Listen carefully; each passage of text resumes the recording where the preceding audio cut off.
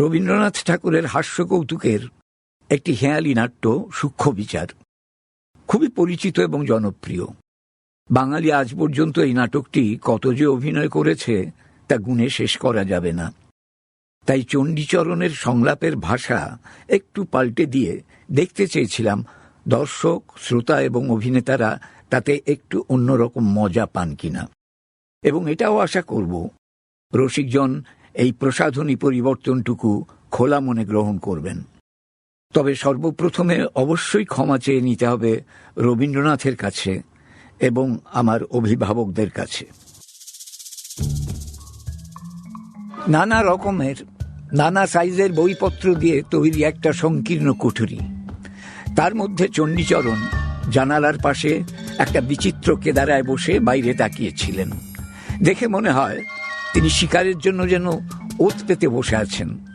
কেবলরামকে বাড়ির পাশ দিয়ে যেতে দেখেই তিনি চেঁচিয়ে ডাকেন, কে যায়? কেবলরাম না? কেবলরাম দ্রুত ওই জায়গা পেরিয়ে যাওয়ার চেষ্টা করে। ডাক শুনে বাধ্য হয়ে ফিরে তাকাতেই, আরে ও কেবলরাম, যাও কই? আরে পাশ কাটাই যাইতেছ কেন? আরে বাইরে খাড়াইয়ে কেন? আরে আসো আসো আসো আসো, ভিতরে আসো, আসো আসো। কেবলরাম বাধ্য হয়ে ঘরের ভেতরে ঢোকে, চণ্ডীচরণকে প্রণাম করে। মশাই ভালো আছেন?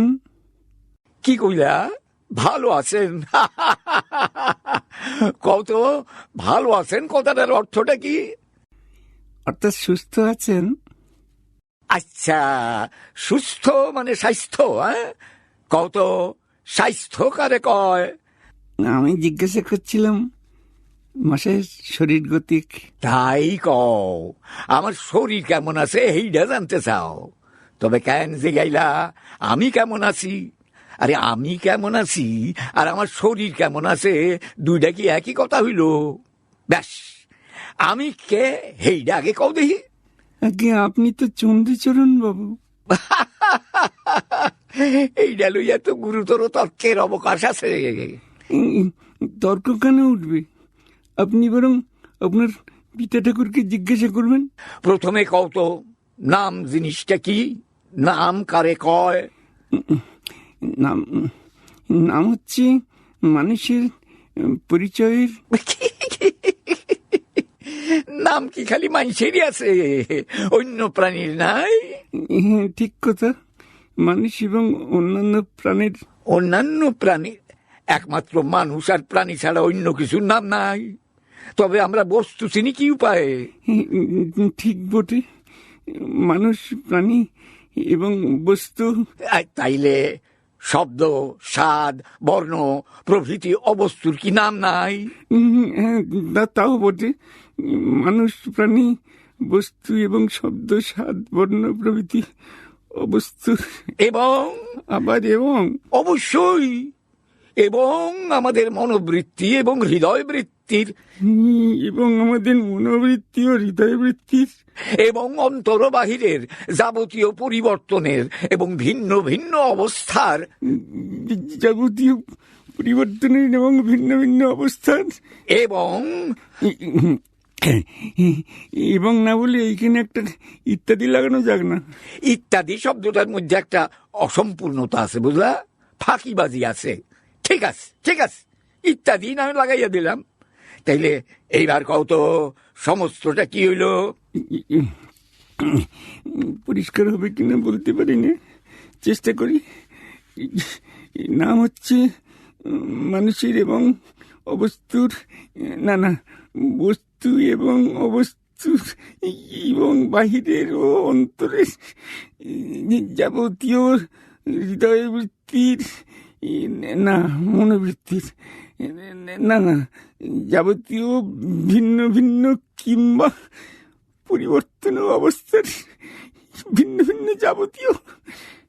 তো মুশকিল হলো, কিছুতেই গুছিয়ে উঠতে পারছি না। এক কথায় নাম হচ্ছে মানুষের এবং প্রাণীর এবং দুরোগী, মানুষের, প্রাণীর এবং ইত্যাদির পরিচয়ের উপায়। উফ, হায় রে, সেই ইত্যাদি লাগাইয়া দিলা, কিন্তু পরিচয় লইয়া তর্ক আছে। পরিচয় কারে কয়? ইস, আমি কাউকে বলিনি। মশাই বলুন। ভিন্ন ভিন্ন পদার্থের প্রভেদ অবগত হইয়া তাকে স্বতন্ত্র কইরা জানারে কয় পরিচয়। এইটা মানো তো? এছাড়া আর কিছুই হতেই পারে না। তাইলে তুমি এইটা অস্বীকার করতেছ না? আগে না। যদি অস্বীকার করো সেই ক্ষেত্রে এই লইয়াও কিন্তু একাধিক তর্ক আছে। না না, আমি কিছুমাত্র অস্বীকার করছি না। মনে করো যদি করো। আগে না, মনেও করতে পারি না। তুমি না করো, যদি অন্য কেউ করে? কারো সাধ্য নেই যে করে। এত বড় দুঃসাহসিক কে আছে? ব্যাস, এইটা তাইলে তুমি মাইনা লইলা। হ্যাঁ, এরপরে দেখো না, আমি যদি আমার পরিচয়ের একমাত্র উপায় হয় তাইলে আমার এই চেহারাটা কি? হ্যাঁ, এইটা আমার পরিচয়ের উপায় না। আর আমার অন্যান্য চিহ্নগুলান আজ সম্পূর্ণ বুঝেছি।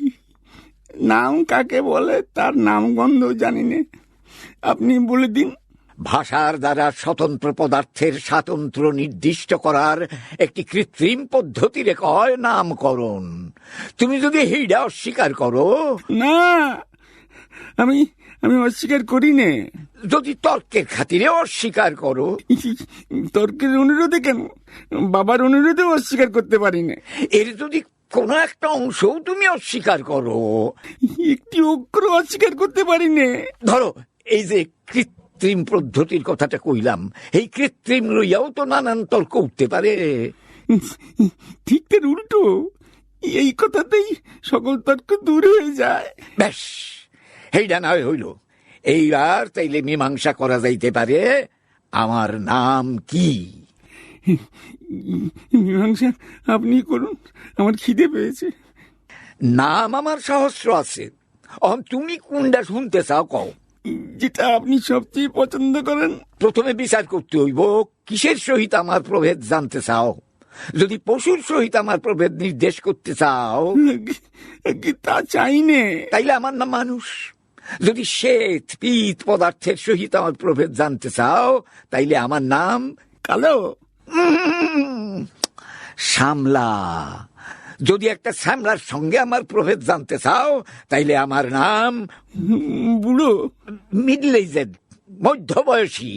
তবে চণ্ডীচরণ কার নাম মশাই? একটি মনুষ্যের মধ্যে, একটি উজ্জ্বল শ্যামবর্ণ মনুষ্য বিশেষের মধ্যে, একটি পূর্ণ পরিণত মনুষ্যের মধ্যে তার জন্মকাল থেকে আজ পর্যন্ত যে সকল পরিবর্তন অহরহ সংঘটিত হইতেছে এবং মৃত্যুকাল পর্যন্ত হইবার সম্ভাবনা আছে, এই পরিবর্তন ও পরিবর্তন সম্ভাবনার কেন্দ্রস্থলে যে একটি সজ্ঞান ঐক্য বিরাজ করতে আছে, তার এই একদল মানুষ, অর্থাৎ এই মানুষগুলানের সজ্ঞান ঐক্য চণ্ডীচরণ নামে নির্দেশ করে। সর্বনাশ! মশাই, বেলা হলো, অত্যন্ত ক্ষুধা অনুভব হয়েছে, আহারও প্রস্তুত। এবার তো হাত চেপে ধরলেন কেন? একটুক্ষণ অপেক্ষা করো, আসল কথাটার মীমাংসা তো এখনো হয় নাই। এতক্ষণ তো ভূমিকা হইল মাত্র। তুমি প্রশ্ন করছিলা মহাশয় আপনি ভালো আছেন, আমার প্রশ্নটা হইল এই, তুমি কি জানতে চাও? আমার অন্তর্গত প্রাণী কেমন আছে জানতে চাও, না অন্তর্গত মনুষ্য কেমন আছে এইটা জানতে চাও, নাকি গোড়ায় কি জানতে চেয়েছিলেন তা বলা ভারী শক্ত, কিন্তু আপনার সঙ্গে এতক্ষণ কথা কয়ে এখন অনুমান হচ্ছে আপনার সজ্ঞান ঐক্য কেমন আছে এইটা জানাই আমার অজ্ঞান অভিপ্রায় ছিল। তাইলে তো বাবু কইতে হয় তুমি একটা অত্যন্ত জটিল প্রশ্ন জিজ্ঞাসা করছিলা। তাহলে মাফ করবেন, অপরাধ করেছি। এখন অনুতাপ এবং পেটের জ্বালায় দগ্ধ হচ্ছি। আহারের পূর্বে এরকম প্রশ্ন আমি আর কখনো আপনাকে জিজ্ঞাসা করব না। আমি ভালো আছি কিনা এইটা জিজ্ঞাসা করলে প্রথমে দেখা আবশ্যক ভালো মন্দ কারে কয়, তারপর স্থির করা দরকার আমার সম্বন্ধে ভালোই বা কি আর মন্দই বা কি। তারপর দেখতে হইব বর্তমানে যাহা ভালো ভবিষ্যতেও কি সমান ভালো। মশাই, আপনার পায়ে ধরছি, এখনকার মতো ছুটি দিন। বরং আপনি কেমন আছেন এই অত্যন্ত কঠিন প্রশ্নের উত্তর আপনি কবে দিতে পারবেন একটা দিন স্থির করে দিন। আমি যে নিতান্ত ব্যস্ত হয়েছি তা নয়, না হয় উত্তর পেতে কিছুদিন দেরি হবে, না হয় উত্তর নেই পাওয়া গেল।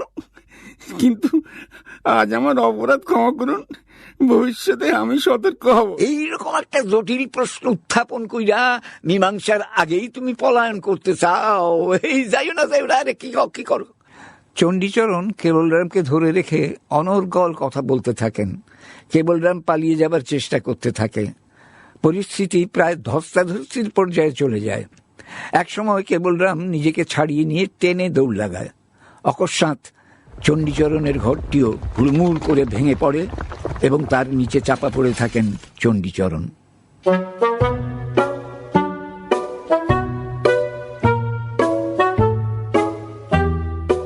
টাইমস অফ থিয়েটারে আজ আপনারা শুনছিলেন সূক্ষ্ম বিচার।